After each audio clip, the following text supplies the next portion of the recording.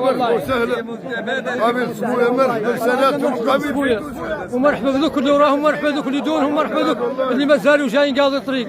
والله هذا مرحبا، وهذا هو اللي مالوف فيكم ومعروفين به شجاعتكم، والشجاعة ما تمر بلادها. والسلام عليكم ورحمة الله تعالى. مرحبا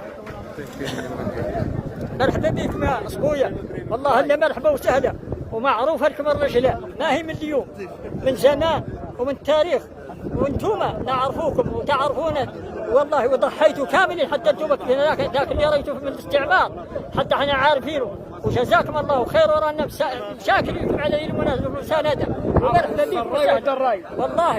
الله الا مرحبا وسهلا ومشكورين مشكورين. والسلام عليكم ورحمه الله.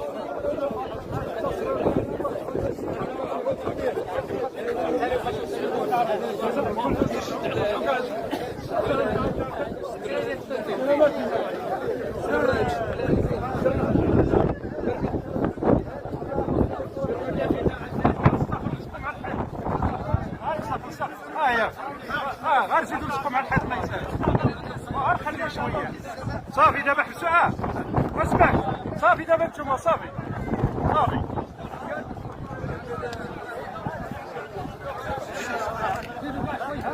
لا باش يجوا وراهم الاخرين. يوم قبل الزمان ما ننساه، خاوه بين نحن وسمويه، هاي ما صبح الزمان، ومن اول الزمان باتنا واجدادنا شافوا ربي، وكانوا معايا ممكن في العسكر يا اخي، ما نعرف كانوا اسمهم خالد الدميعي ذاك واحد راهو قاع عمى، وخالد كاين الدميعي قايمه به مين وعمى، وكانوا معايا واحد قالوا القدوسي ابراهيم، القدوسي قدوسي ابراهيميه ابن عمي هذا والله. بعد فتره كان معايا في بيعته واحد والله، وكان معايا واحد قال له عبادي كان، وكان معايا واحد مات قتلوا كيزيرين قال له مبارك وحماد الله يرحمه. هي رباعه ما هو قاعد هذا قدها، فوتوا معي ولاني حاضرهم والله. بعد انا نختارهم عليك حرم عيني يا شاهد مولانا، واخترت بهم ولا خير فرق ما هو بين احنا وانتم. انت شو نقول لك انتم تسووا صبويا وسميتون اولاد بوعيطه، لا فرق يكفي والله من اول الزمان اليوم هذا. ومرحبا بكم وسهلا والله، هذا مرحبا وسهلا وسهلا بك وسهلا بكم والله. الله هذا مرحبا وسهلا. السلام عليكم، مرحبا سي عبد الرحمن. خير. السلام عليكم ورحمة الله تعالى وبركاته. نشكر قبيلة تيتوسا من هذا المنبر، وبالضبط بهذه البقعة الطاهرة من أراضي ايتوسا ومن أراضي الصحراء، وأشكر جميع الحضور بحفاوة الترحيب بقبيلة صبويا، وأصالة عن نفسي نيابة عن جميع مكونات قبيلة صبويا أتضامن تضامنا قويا لا مشروطا مع قبيلة تيتوسا في حقها المشروع، ومع جميع القبائل الصحراوية للدفاع عن الوطن. وبما أن الوطن عبارة عن بقعة جغرافية، وكذلك بقعة كما ينص عليه القانون والدستور والشريعة الإسلامية على أن الدفاع عن مقدسات الوطن هي واجب على كل مواطن.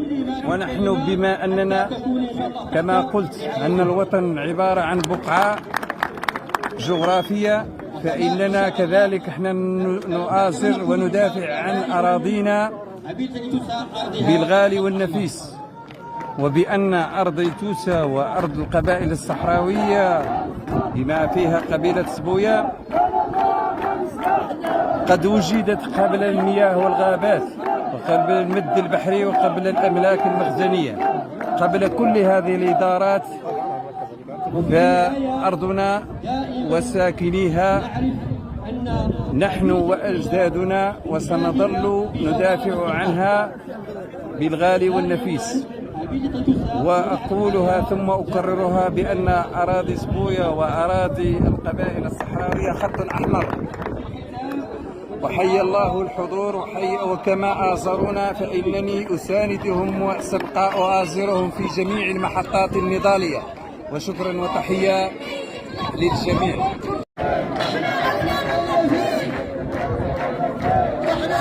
السلام عليكم ورحمة الله. وعليكم السلام ورحمة الله. مرحبا العم.